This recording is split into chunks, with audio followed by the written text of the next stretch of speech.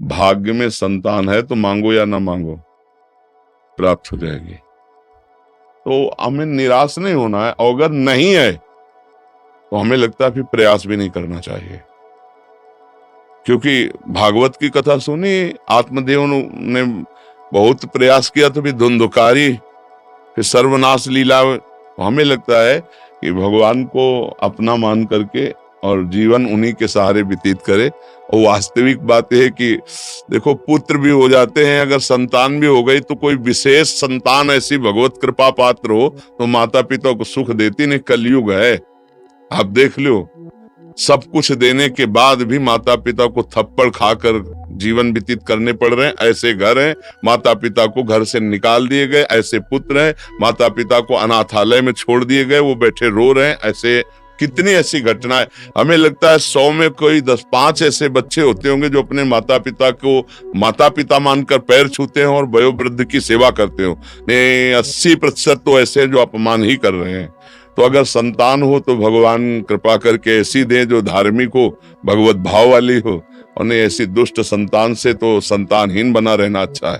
तो हम ज्यादा संतान के प्रति भी ना सोचें, अगर भगवान दे देते हैं प्रसाद रूप से तो उनको अच्छी शिक्षा दें। आधुनिक शिक्षा ही नहीं, आध्यात्मिक शिक्षा भी दे। आधुनिक शिक्षा तो बहुत बच्चों को मिल रही, आध्यात्मिक शिक्षा ना होने के कारण जहाँ विद्या विनयम ददाति वहां उद्दंड हो रहे, माता पिता का अपमान कर रहे। तो हमें लगता है भगवद आश्रित रहिए, शोक चिंता करिए मत। संतान हो जाती तो जय जय श्री राधे, नहीं होती तो जय जय श्री राधे। उसके विषय में न सोचे फिर कि अगर संतान नहीं तो हम कोई अभागी हैं, ऐसा नहीं है। हमारा मानव जीवन मिला है, हम भगवत प्राप्ति करेंगे। भगवान तो इतने कृपालु हैं कि देखो, जब भजन करके पुत्र रूप में मांगा तो दशरथ और कौशल्या जी क्या भगवान पुत्र रूप में आए, नंद और यशोदा जी क्या भगवान पुत्र रूप में आए, देवकी वसुदेव जी क्या भगवान पुत्र, कश्यप अदिति क्या भगवान पुत्र रूप में आए।